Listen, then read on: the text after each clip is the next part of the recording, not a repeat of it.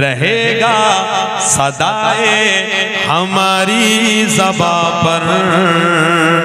I love Muhammad, I love Muhammad, हमारे तो ईमान का है मक़सद। I love Muhammad, I love Muhammad, नबी की मोहब्बत का इकरार करना, नबी से वफ़ाओं का इज़हार करना, नबी की मोहब्बत का इकरार करना, नबी से वफ़ाओं का इज़हार करना, मोहम्मद मोहम्मद की प्रचार करना। जरे बोलून ना सुभान। नबीर प्रचार प्रसार আমরা করব না, বন্ধ করে দেব, এটাই কবি বলছে। मोहम्मद मोहम्मद की प्रचार करना, फर्ज हम से सरकार से प्यार करना। जरे बोलून ना सुभान अल्लाह।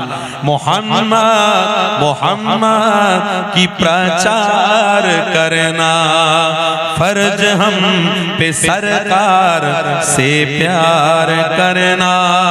तो पुकारेंगे पुकारेंगे हर लम्हा नाम Ahmad. I love Muhammad, I love Muhammad, I love Muhammad, I love Muhammad, I love Muhammad, I love Muhammad, रहेगा सदाए हमारी ज़बां पर। I love Muhammad, I love Muhammad, I love Muhammad, I love Muhammad. के बूढ़े बच्चे और जवान फलक से उतर कर फरिश्ते भी बोले, के बूढ़े जवान और बच्चे भी बोले, फलक से उतर कर फरिश्ते भी बोले, कि बादल के बारिश की कतरे भी बोले। I love Muhammad, I love Muhammad, I love Muhammad, I love Muhammad, रहेगा हमारी ज़बां पे हमेशा। I love Muhammad, I love Muhammad, ये ईमान का है हमारा मक़सद। I love Muhammad, I love Muhammad, अल्लाहुम्मा सल्ली अला।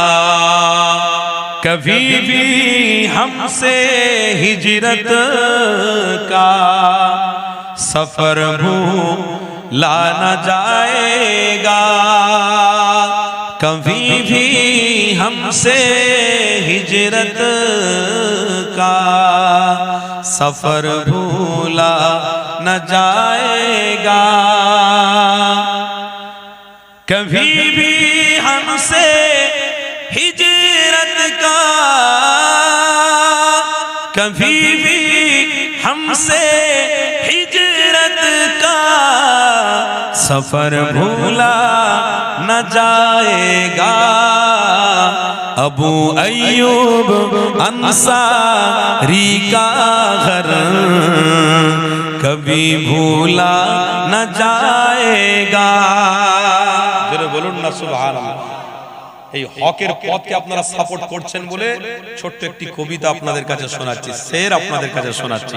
কেন আবু আইয়ুব আনসারী এমন একজন সাহাবী ছিলেন, আল্লাহর নবীর জন্য উৎসর্গ হয়েছিলেন। তেনার ঘরকে কোনোদিন আমরা ভুলতে পারবো না। জোরে বলুন না সুবহানাল্লাহ। কভি ভি हमसे हिजरत का सफर भूला ना जाएगा।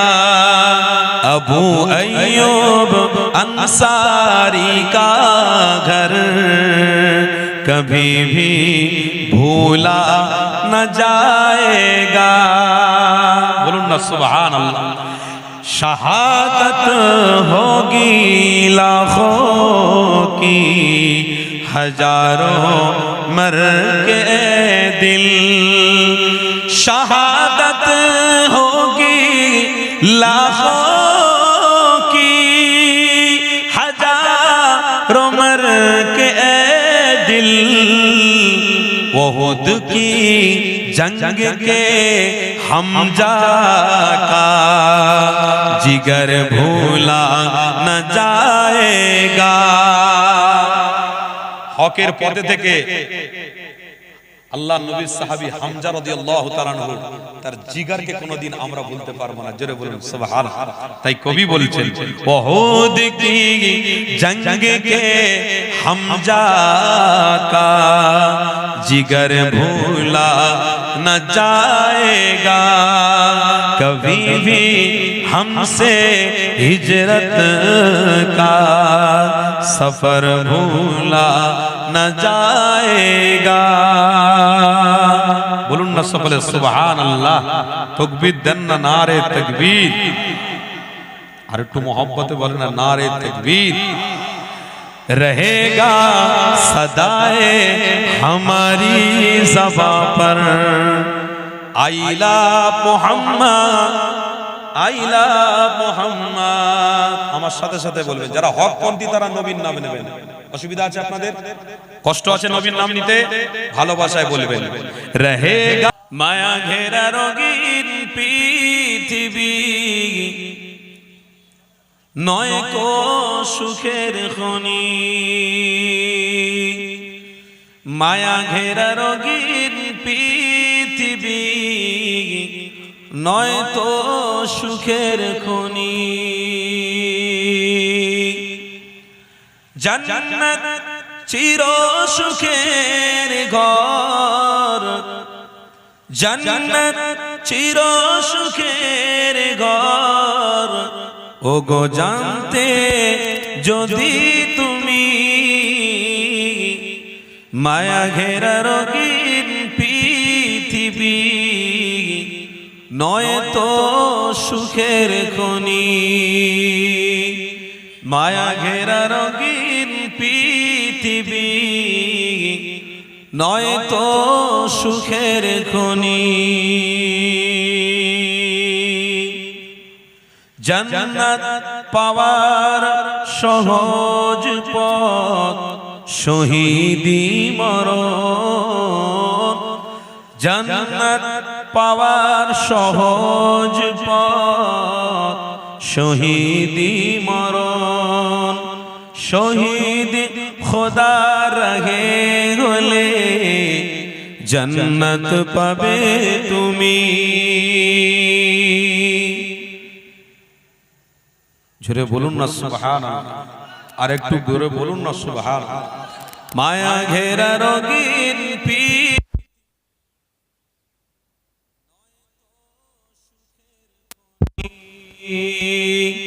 মায়া ঘেরা রঙিন পৃথিবী নয় তো সুখের খনি। জান্নাত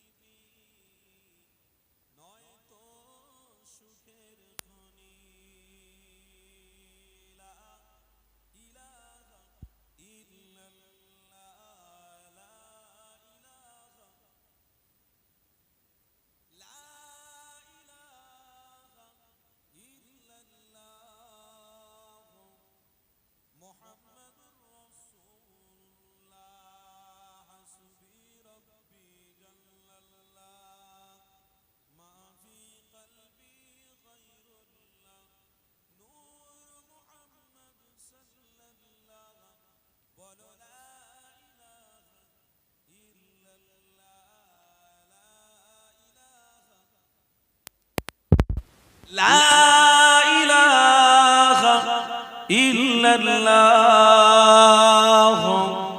মুহাম্মাদুর রাসূলুল্লাহ আল্লাহুম্মা সাল্লি আলা সাইয়্যিদিনা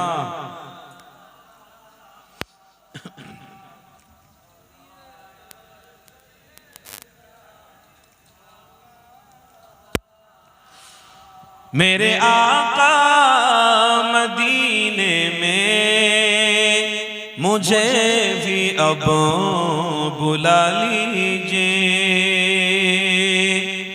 मेरे आका मदीने में मुझे भी अब बुला लीजिए तरसती है मेरी आंखें तरसती है मेरी आंखें मुझे रोज़ा दिखा दीजिए बोलो ना सुभान अल्लाह बोलो ना अल्लाहुम्मा आमीन मेरे आका मदीने में मुझे भी अब बुला लीजिए मेरे आका मदीने में मुझे भी अब बुला लीजिए अल्लाहुम्मा सल्ली अला सय्यिदिना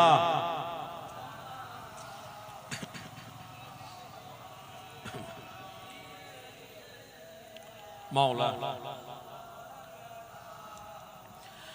महकती है और आग जिनसे आका आप है गुजरे महकती है और आग जिनसे आका आप है गुजरे मुझे भी उन गली की चौक मुझे भी उन गली की चौक में रहने की जगह दीजिए बोलो ना अल्लाहुम्मा आमीन मेरे आका मदीने में मुझे भी अब बुला लीजिए मेरे आका मदीने में मुझे भी अब बुला लीजिए अल्लाहुम्मा सल्ली अला কেননা আল্লাহ নবী দিন ও দুনিয়ার বাদশা হাবিবুল্লাহ দ্বীন ইসলামের খিদমতের জন্য যখনই মক্কা জমিনে হকের কথা বলতে লেগেছে এ মক্কার মানুষেরা হক পথ তোমরা অবলম্বন করে ফেলো কেননা হক হলো আল্লাহ পাকের দেওয়া নিয়ামত বলুন না সুবহানাল্লাহ এ দুনিয়ার মানুষেরা আমি রাসূলুল্লাহকে আল্লাহ হক করে দুনিয়া জমিনে পাঠিয়েছে হককে প্রতিষ্ঠিত করার জন্য দুনিয়া জমিনে পাঠিয়েছে হে মক্কার মানুষেরা আমি রাসূলুল্লাহ জানিয়ে দিলাম হককে প্রতিষ্ঠিত করার জন্য আমি রাসূলুল্লাহ তোমাদেরকে হক পথ দেখাতে এসেছি তাই তোমরা দলে দলে হক পথ অবলম্বন করা শুরু করো আমি নবী পাক জানিয়ে দিলাম এই হক পথ যদি অবলম্বন করতে পারো তাহলে তোমাদের জন্য আল্লাহ জান্নাতের ব্যবস্থা রেখে দিয়েছে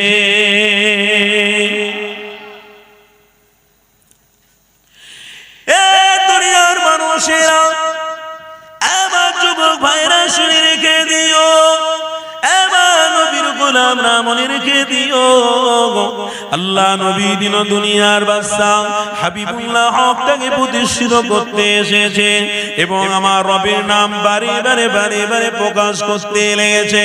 এখানে হক আর না হক দুটো আলাদা হয়ে গেল। হক হলেন আল্লাহ নবী, বাতিল হলেন অন্য আবু জাহালের দলের লোকেরা, তারা বিরোধী করতে লেগেছে, তাদেরকে বলা হয় বাতিল। হক বলা হয় আপনার আমার নবী দিন দুনিয়ার বাদশাকে। এখানে দুইজনের লড়াই শুরু হয়ে গেল। আল্লাহ নবী জানাতে লাগলেন, এ মক্কার মানুষেরা, আমি রাসূলুল্লাহ জানিয়ে দিলাম হকের উপরে যদি তোমরা থাকো তাহলে আমি হাবিবুল্লাহ অবশ্যই তোমাদের খাওয়া, অবশ্যই তোমাদের ওঠা বসা, অবশ্যই তোমাদের চলাফেরা সব কিছু আমার আল্লাহ দিয়েছে। আমার আল্লাহ রিজিক ঘর বাড়ি দুনিয়া সব কিছু দিয়েছে। নিশ্চয়ই আল্লাহ ব্যতীত কেউ তোমাদের দেয়নি। আমি রাসূলুল্লাহ জানিয়ে দিলাম এই যে আমার আল্লাহ সব দিয়েছে, এটার উপরে বিশ্বাস রেখে নিয়ে, এটার উপরে ঈমানকে মজবুত করে নিয়ে আমি হাবিবুল্লাহ আমাকে মহব্বত করে নিয়ে, কেননা আল্লাহর পক্ষ থেকে আল্লাহ আমাকে নবী করে তোমাদের সামনে পাঠিয়ে দিয়েছে।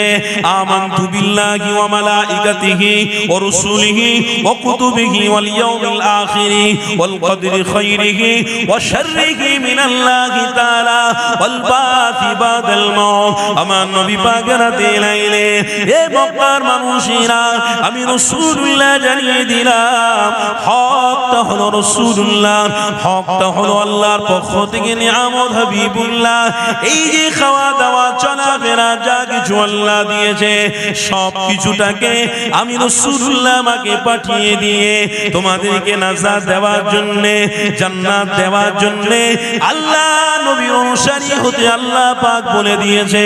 তোমরা যদি মেসেঞ্জার মুহাম্মদ রাসূলুল্লাহকে মেনে নিতে পারো, নিশ্চয়ই আমি আল্লাহ নবী জানিয়ে দিলাম কবর থেকে কিয়ামত পর্যন্ত আমি হাবিবুল্লাহ তোমাদের জিম্মেদার হয়ে যাব। আরো জোরে বলুন, আপনার আমার জিম্মেদার মানে দায়িত্ব। যদি আল্লাহ নবী নেন তাহলে উম্মতের অসুবিধা হবে? কথা বলুন না, অসুবিধা হবে? আর দায়িত্ব তখনই নেবেন যখনই আপনি আপনার হাবিবকে চিনতে পারবেন। এখন তো শতকরায় 25% মানুষ মুসলমান বলে দাবি করে, কিন্তু হাকিকাতের পক্ষে, হাকিকাতে দেখতে গেলে বিশ্বাস করুন তারা প্রকৃত পক্ষে আল্লাহ তার রাসূলের অনুসারী থেকে অনেকটা বিরত আছে, অনেকটা দূরে আছে। যদি পক্ষপাতী নিত, আপনারা লিখে রাখুন, এক একটা মসজিদ এখনো খাঁচা খাঁচ নামাজি ভরে থাকতো, এখনো ইমানি মাহফিলে মানুষের জায়গা দেওয়া যেত না। তার মানে এখান থেকে বোঝা যাচ্ছে আমি যতগুলো মাহফিল করেছি সব জায়গায়, আগে দেখতাম ছোটবেলায় যখন পড়াশোনা করতাম তখন অনেক মাহফিলে যেতাম, তখন মাহফিলে গিয়ে আমি দেখেছি দাদা হুজুর পীর কেবলার আওলাদরা, তেনার আওলাদরা যখন মাহফিল করতে গেছে জায়গা মানুষ পায়নি, দাঁড়িয়ে দাঁড়িয়ে ত্যাগ স্বীকার করছে। বাল্যবেলার কথা বলছি। আর এখন আলহামদুলিল্লাহ সেই কোরআন আছে, সেই হাদিস আছে, সেই সুন্নতের কথা আছে, সব আছে, কিন্তু মানুষের মধ্যে একটা প্রেম ভালোবাসা যেন অনেকটা দূরে সরে গেছে। একটু লক্ষ্য করে দেখুন, অনেক দূরে সরে গেছে। আগে আপনারা যদি প্রশ্ন করেন ভাইজান, তখন 3-4টে গ্রাম মিলে একটা জলসা হতো, আর আজকে ঘন ঘন গ্রামে গ্রামে জলসা হচ্ছে। ভালো তো, এটা তো ইমানদারদের জন্য ভালো তো। কারণ আগে বছরে একবার তাকিয়ে থাকতো মানুষ যে বছরে একবার জলসা হবে, হুজুর কেবলার আসবে, গিয়ে মাহফিলে আগে থেকে জায়গা নিয়ে বসে থাকবো। আর এখন আল্লাহ আরো সুযোগ করে দিয়েছে কি, প্রত্যেকটা গ্রামে বছরে একবার করে 3বার 4বার করে মাহফিল হচ্ছে। তার মানে উম্মতে মুহাম্মাদি নবীর গোলামদের জন্য আরো আল্লাহ সুযোগ করে দিয়েছে কি, যে আগে একটা পেতিস এখন 10টা আমি আল্লাহ দিয়েছি। তার মানে তোদের ঈমানকে মজবুত করার জায়গা আমি আল্লাহ তোদের জন্য ঘন ঘন ব্যবস্থা করে দিয়েছি। এটা তোদের জন্য একটা বিশাল বড় ব্যাপার। তোরা যদি প্রকৃত পক্ষে ভালোবাসিস, ওই 10টা জায়গা জায়গাতে তোরা অ্যাটেন্ড করবি, উপস্থিতি থাকবি, ত্যাগ স্বীকার করবি, আমি আল্লাহ বুঝে নেব তোরা আমারকে আমার রাসূলকে তোরা ভালোবাসিস। আল্লাহ তো আরো সুযোগ করে দিয়েছে, এখন এক একটা গ্রামে 5টা 6টা করে মাহফিল হচ্ছে, আল্লাহ আরো সুযোগ করে দিয়েছে, কিন্তু না, ভালোবাসা কমে গেছে। দেখবেন বন্ধুর সাথে বন্ধুর যোগাযোগ ভালো থাকলে, বন্ধু যদি ঘন ঘন তার সাথে সম্পর্ক করে, ঘন ঘন তার রিলেশনশিপ সম্পর্ক থাকে, দেখা হয়, তো সত্যিকারের যদি কোনো বন্ধুকে কোনো বন্ধু ভালোবাসে, তাহলে সত্যিকারের সে কিন্তু মন থেকে শান্তি পায় যে আজকে আমার বন্ধুর সাথে দেখা হয়েছে, কালকে দেখা হবে আমি বুঝতে পারিনি, সত্যি দেখা হয়ে গেছে, খুব ভালো লাগছে, আর পরশুদিন দেখা হয়েছে। যতবার দেখা হয় বন্ধুর তত ভালো লাগে।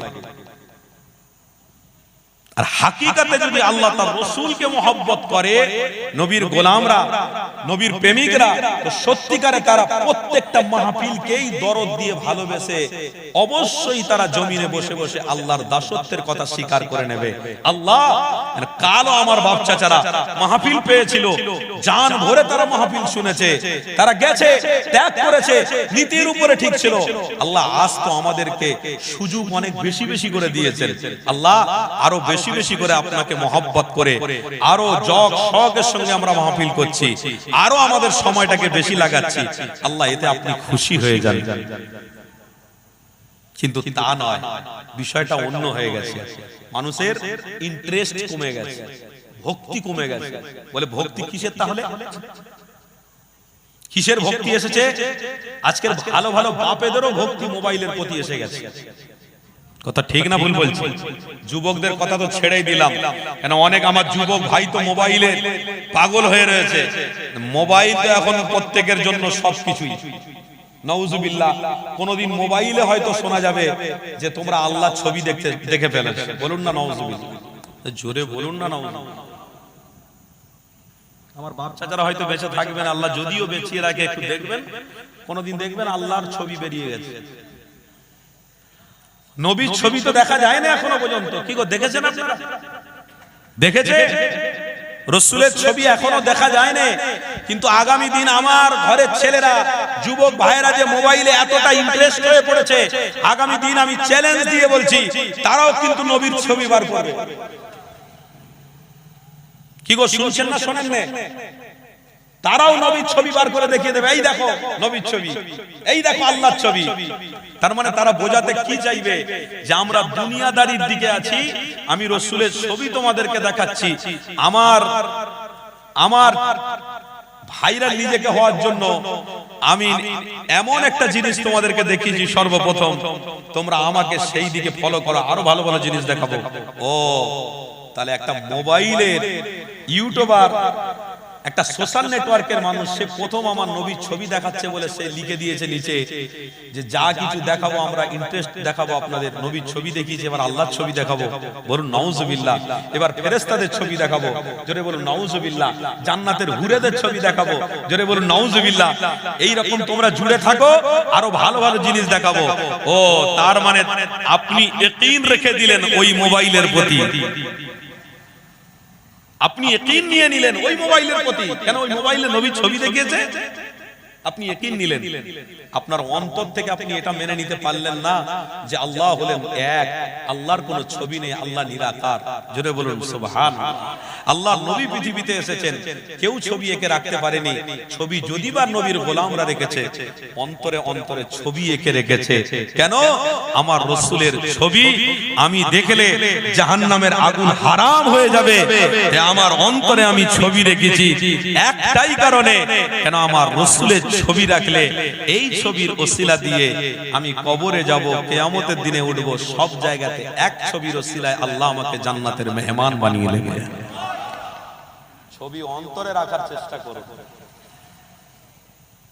আগামী দিন আসছে, খুব কঠিন দিন, আপনাদের মাথার উপরে অনেক কঠিন সময় আসছে।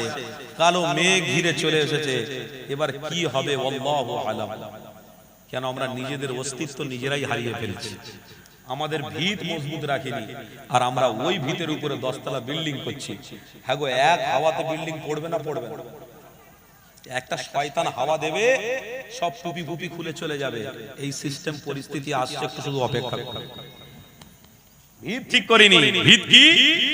সর্বপ্রথম যেখানে ঈমানের কথা হচ্ছে ওটাকে ভিত বলা হয়, ওই জায়গাতে আমরা এসে বসতে পারিনি, এতটুকু ত্যাগ স্বীকার করতে পারিনি। আর আপনি বলছেন আমি নামাজি, আমি রোজাদার, আমি জান্নাতে পৌঁছে যাব। বাহ, খুব ভালো না? বিশাল বড় কথা বলছেন, আমি জান্নাতে পৌঁছে যাব। ভিতটাকে ঠিক করুন।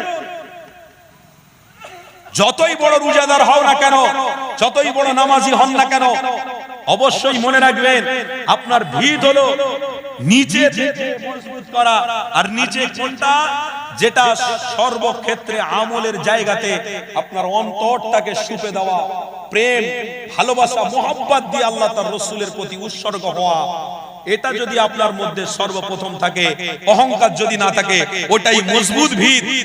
ওটা যদি আপনার মধ্যে থাকে, দাড়ি নাও থাকলে দাড়ি অটোমেটিক এসে যাবে, রোজা অটোমেটিক এসে যাবে, দাড়ি টুপি অটোমেটিক এসে যাবে, হজ অটোমেটিক এসে যাবে, নামাজ অটোমেটিক এসে যাবে ইনশাআল্লাহ।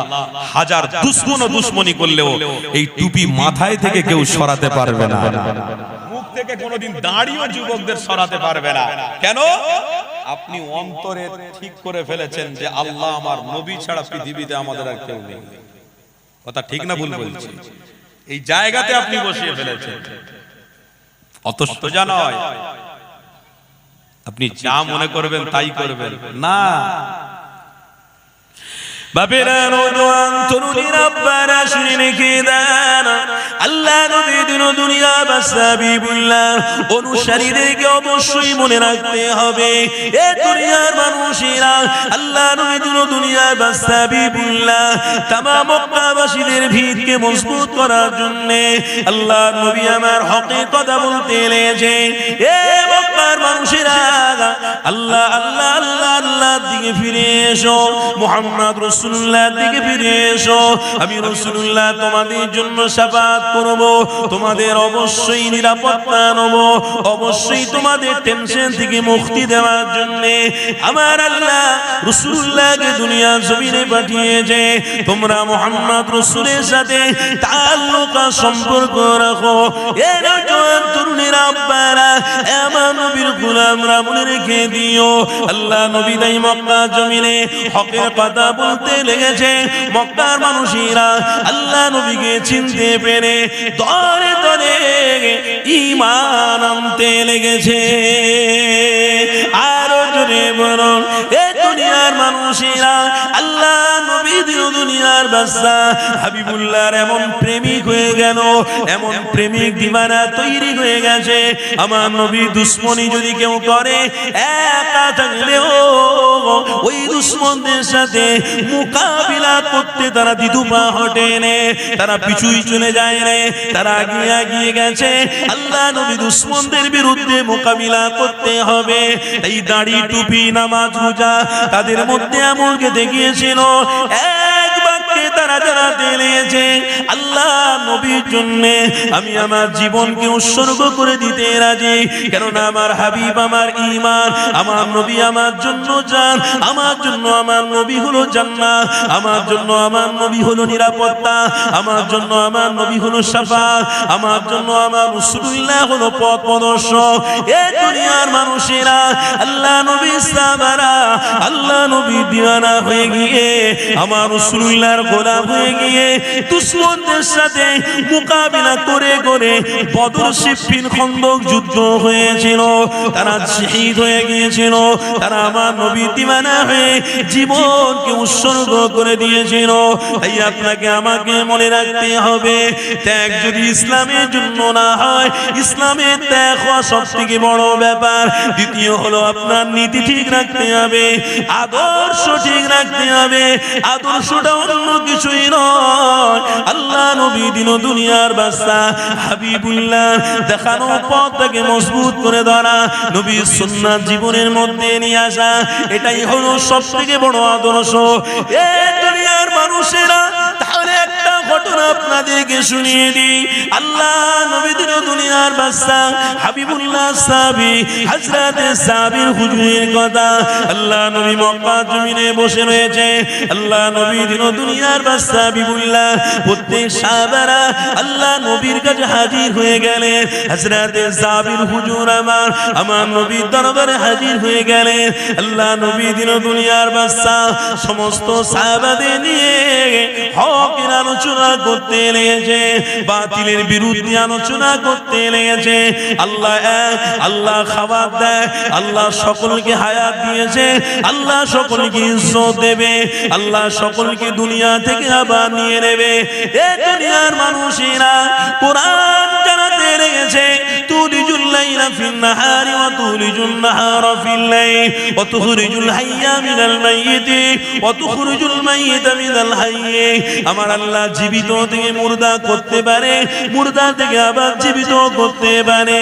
আল্লাহ নবী দয়াল নবী আমার এই কথাগুলো আলোচনা করতেছিলেন।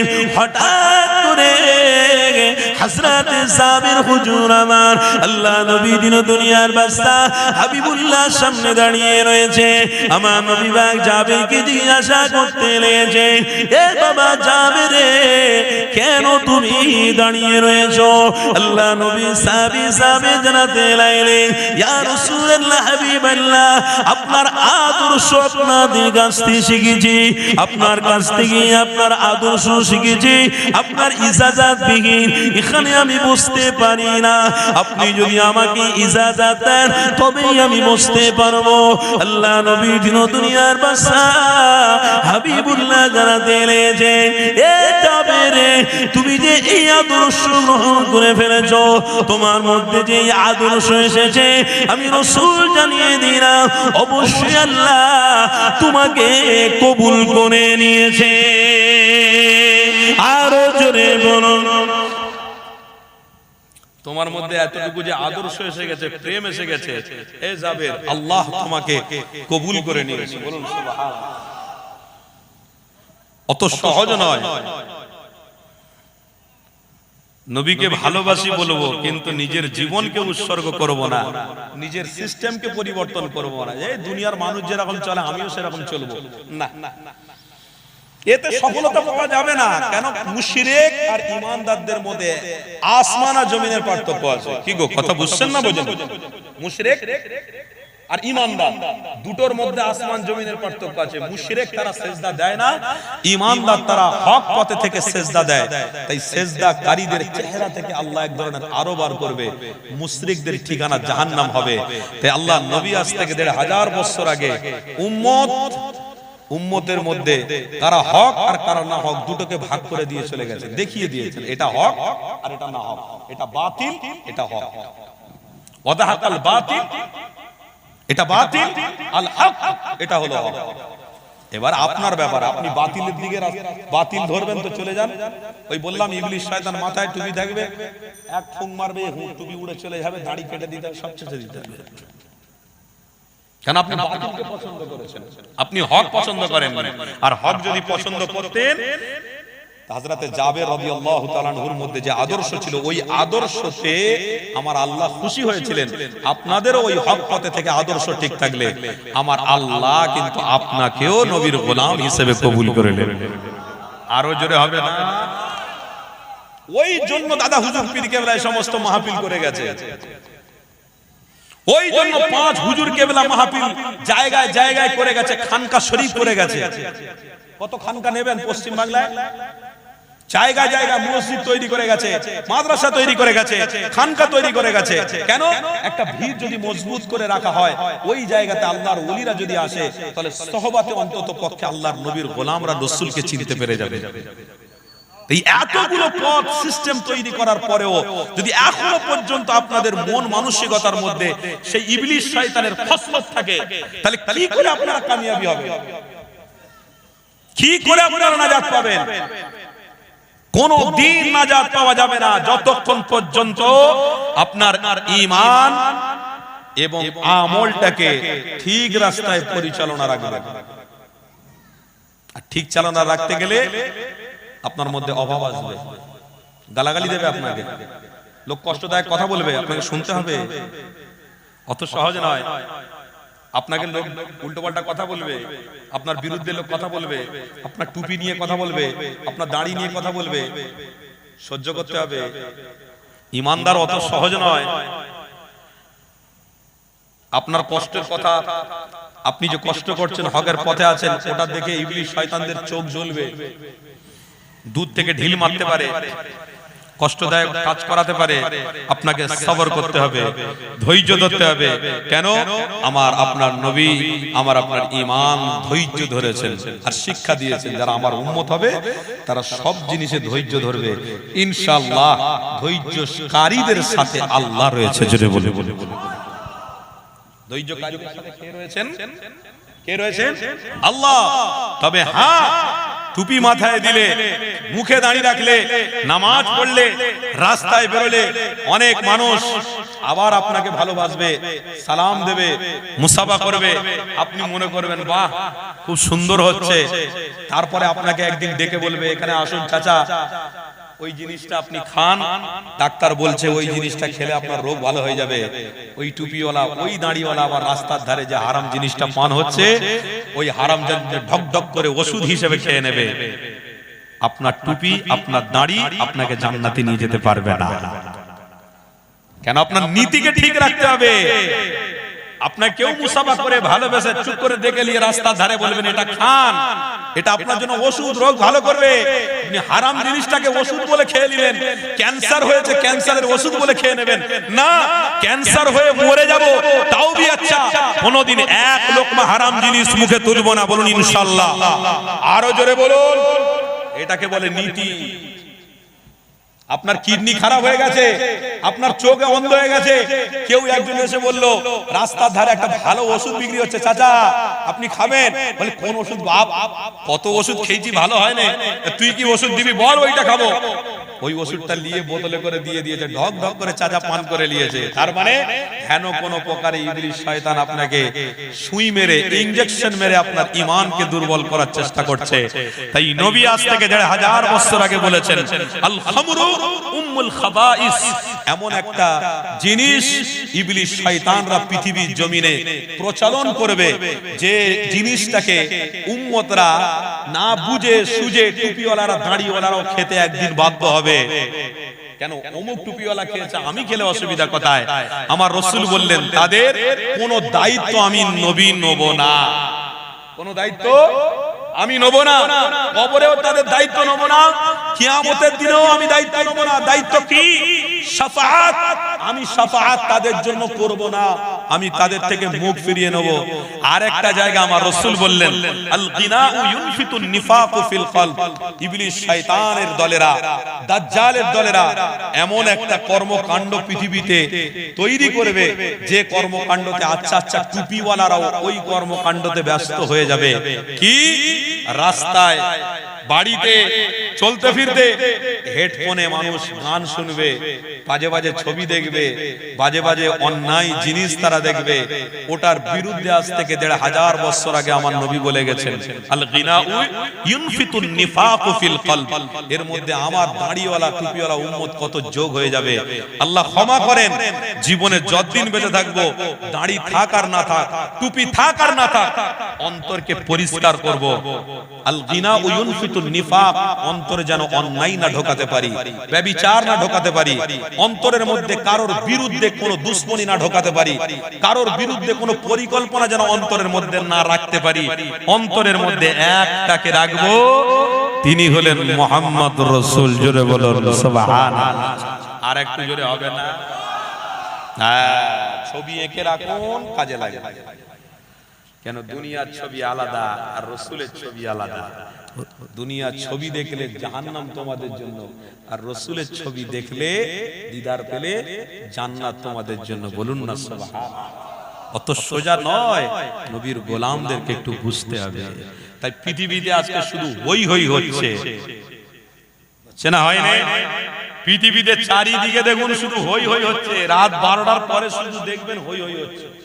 যত রাত বাড়ছে তত খারাপই বাড়ছে, তত অন্যায় বাড়ছে। সে আমার মুসলমান ঘরের ছেলে হোক আর মেয়ে হোক, আর স্ত্রী হোক, যেই হোক না কেন, যত রাত বাড়ছে তত ক্ষতি হচ্ছে, তত অন্যায় কাজে মানুষ লিপ্ত হচ্ছে, তত ব্যভিচারীর কাজে মানুষ লিপ্ত হচ্ছে।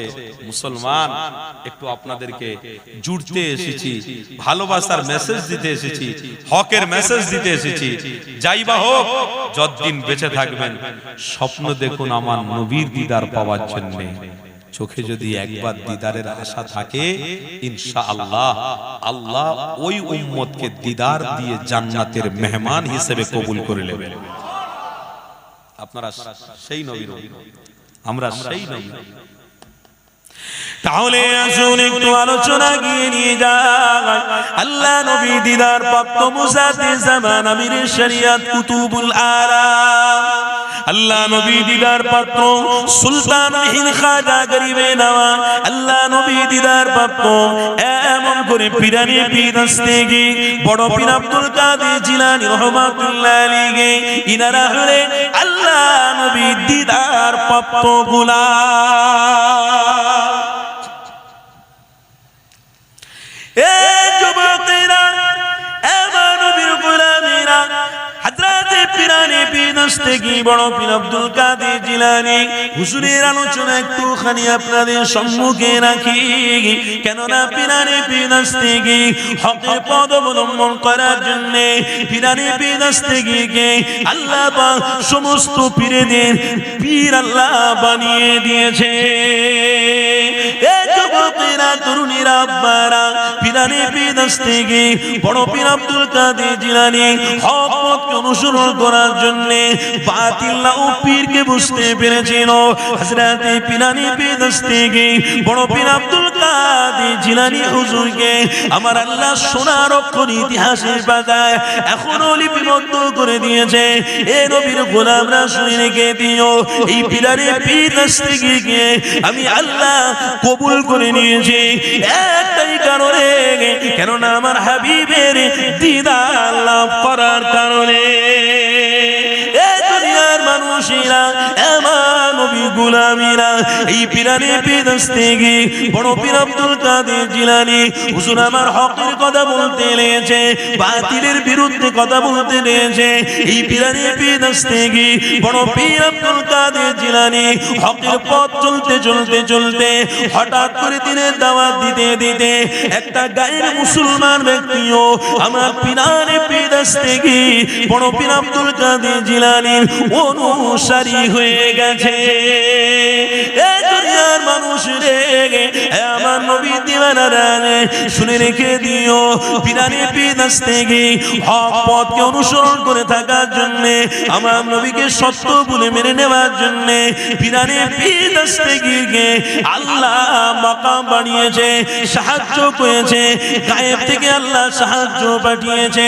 এই পিরানি পিদাস্তেগির অনুসারীদেরকে একটু শুনিয়ে দি, আরে কি পীর আল্লাহ তোমার আমার জন্য বানিয়েছিল। পীরদের পীর জিলাকে বলা হয় গাউসুল আজম বড় পীর আব্দুল কাদের জিলানী হুজুর আমার এমন করে বাগদাদ শরীফের জমিনে হেঁটে হেঁটে বেড়াতে লাগে। তিনার আদর্শ, তিনার চলাফেরা, তিনার খাওয়া দাওয়া দেখে মানুষ উৎফুল্ল হতে লাগলো, আনন্দ পেতে লাগলো। এ দুনিয়ার মানুষের এক তারিখে পিরানি পিদাস্তেগি বড় পীর আব্দুল কাদের জিলানী হুজুরের অনুসারী রাস্তায় যেতে যেতে পীরের কথা বলতে বলতে যাচ্ছে, হঠাৎ করে একটা মানুষ দাঁড়িয়ে গিয়ে ওই পিরানি পিদাস্তেগির বড় পীর আব্দুল কাদের জিলানী অনুসারীদের কাছে অর্থ নিয়ে দান করতে লেগেছে। এ দুনিয়ার মানুষের ঠিক ওই সময়তে পিরানি পিদাস্তেগির মুরিদরা জানাতে লাগলো, আপনাকে চিনি না জানি না, আমার পীরের নাম বলতে আপনি আপনার পকেট থেকে টাকা দিচ্ছেন, কি ব্যাপার, কিসের জন্য আপনি এটা দিতে লেগেছেন? ঠিক ওই সময়তে ওই মানুষটাও বলতে লেগেছে, এ বাবা তুমি যে পীরের নাম বললে ওই পীরও আমার পীর।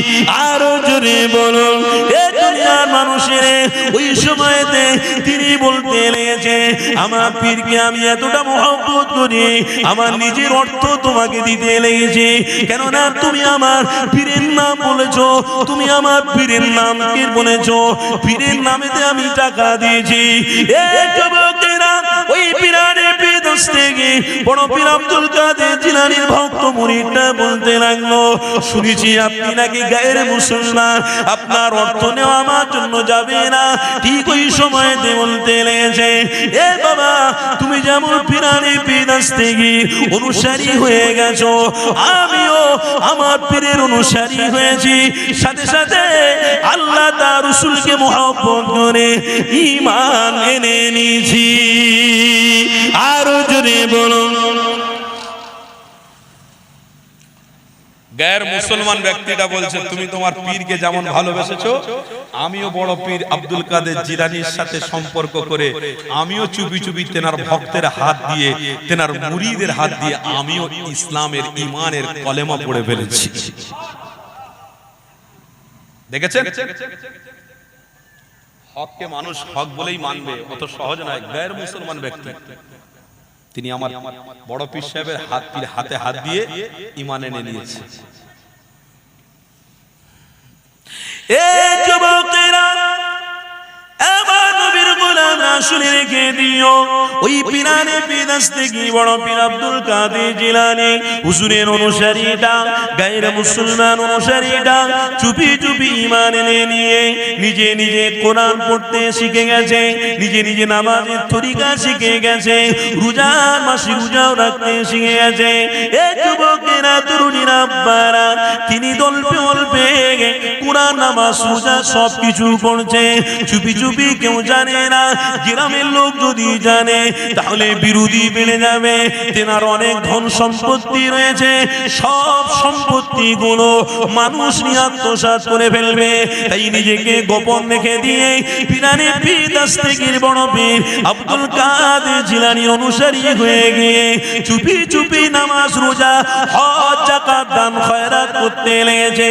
এই যুবকেরা এক তারিখে দেখতে পাওয়া যায় ওই পীরানের বিদেশ থেকে বড় পীর আব্দুল কাদের জিলানী ভক্ত মুরিদরা দুনিয়ার জমি ছেড়ে বিদায় নিলেন। ইন্না লিল্লাহি ওয়া ইন্না ইলাইহি রাজিউন। ওই দুনিয়া ছাড়ার কথাটা চারিদিকে খবর হয়ে গেল। এমন সময় তিনার পাড়া প্রতিবেশী সবাই মিলে ওই মানুষটাকে নিয়ে তেনাদের নীতি রীতি অনুযায়ী পরিণতি জ্বালাতে লাগলো। কাঠের ব্যবস্থা করে নিয়ে ওই কাঠের উপরে রেখে তিনাকে আগুনে পোড়াতে লেগেছে। এর বিরুদ্ধে আমরা শুনে রেখে দিও যাদের অন্তরে নামাজ রোজা হজ যাকাত এক কথায় মুহাম্মদ রাসূলুল্লাহ রয়েছে, কাঠের আগুনের কোনো শক্তি নেই তার একটা পশম পুড়িয়ে দেখাবে। এ যুবকেরা আমার নবীর গোলামরা কি নবীর গোলাম দেখো দেখো কি নিজের দিলকে অন্তরকে পরিষ্কার করেছিল। দেখো পীরের সোহবতে থেকে থেকে হকের পথকে অবলম্বন করে ফেলেছে, পীরের সোহবতে থেকে থেকে হককে অনুসরণ করে এগিয়ে চলে গেছে। এই নবীর গোলামেরা ওই পীরানের বিদেশ থেকে ভক্ত মুরিদটাকে নিয়ে গ্রামের মানুষরা আবার আরেকটা জায়গায় কাঠের আগুনের ব্যবস্থা করলো, সেখানে তাকে পুড়ানোর ব্যবস্থা করা হলো। তেনার দেহ সেখানেও পুড়ছে না। আবার আরেকটা জায়গাতে কাঠের আগুনের ব্যবস্থা হলো, সেখানে তেনাকে পুড়ানোর ব্যবস্থা হলো, সেখানেও তেনা দেহটা পুড়ানো যাচ্ছে না। সবাই মিলে আশ্চর্য হয়ে গেছে, কাঠ পুড়ে ছাই হচ্ছে, মানুষ পুড়তে যাচ্ছে না, কি ব্যাপার? সবাই আলোচনা করে নিয়ে ওই মানুষটাকে সমুদ্রের মধ্যে ভাসিয়ে দেওয়া হলো। হঠাৎ করে আল্লাহর ওলি পীরানের বিদেশ থেকে বড় পীর আব্দুল কাদের জিলানী তিনি তেনার ভক্ত মুরিদদেরকে জানাতে লাগলেন, হে আমার ভক্ত মুরিদেরা, আমার একজন মুরিদ নদীতে ভাসছে, তাকে ভাসিয়ে দেওয়া হয়েছে, যাও তেনাকে তুলে নিয়ে এসে সুন্দর করে গোসল দিয়ে সুন্দর কাপড়টা পরিয়ে দিয়ে জানাজার নামাজটা পুড়িয়ে দিয়ে কবরস্থ করে দাও। পীরের কথা মতো ভক্তরা গিয়ে ওই মানুষটার লাশটাকে তুলে নিয়ে এসে সুন্দর করে কাফন দাফনের ব্যবস্থা করে দিয়ে সবাই যে যার বাড়ি ফিরতে লেগেছে। এ যুবকেরা, তরুণীরা, বারা, কিছুদিন যাওয়ার পরে পিরানে পীর দস্তগীর বড় পীর আব্দুল কাদের জিলানী তিনার ভক্ত মুরিদদের নিয়ে ওই রাস্তা দিয়ে হেঁটে হেঁটে যাচ্ছিলেন। হঠাৎ করে বলতে লেগেছে, এ বাবারা বাবারা দেখো, ওই যে কবরটা দেখা যাচ্ছে, ওই কবরটা ভেঙে গেছে, ওই কবরটাকে একটু ঠিক করে দাও। সবাই মিলে কবরটা ঠিক করতে গিয়েছে।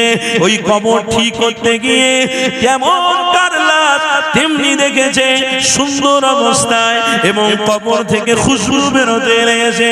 এই কথাটা এসে পিরানে পীর দস্তগীর বড় পীর আব্দুল কাদের জিলানী হুজুরের কাছে এসে বলল।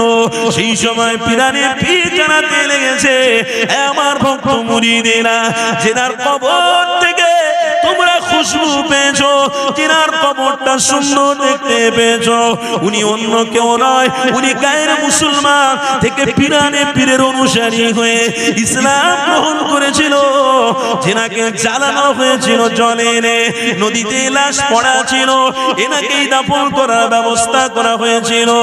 এ আমার ভক্ত মুরিদেরা, এ থেকে কি তোমরা বুঝলে যে সহবাতে ভালো থাকে, আল্লাহ তার রাসূলের অনুসারী হয়, আল্লাহ তার লাশটাকে টাকা রেখে দেয়। আরো জোরে বলুন।